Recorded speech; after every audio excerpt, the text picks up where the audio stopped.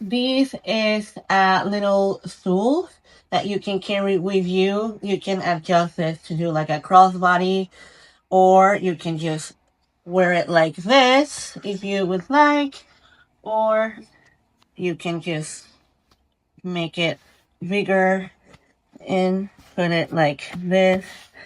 So it's very light, so that's something positive.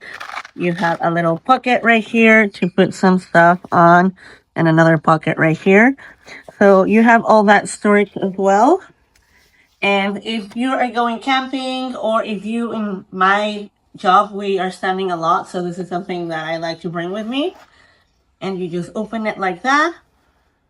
And it comes also with these pieces over here, so you can keep them together. I like to store it over here so I don't lose them. And then, so once you put it together like that, you just open it, and then these ones go in the bottom. You just snap them like that. So you're gonna put them on the, like, touching the ground or the floor, anywhere you're gonna be at. And then you just install it like that, and you just sit down. So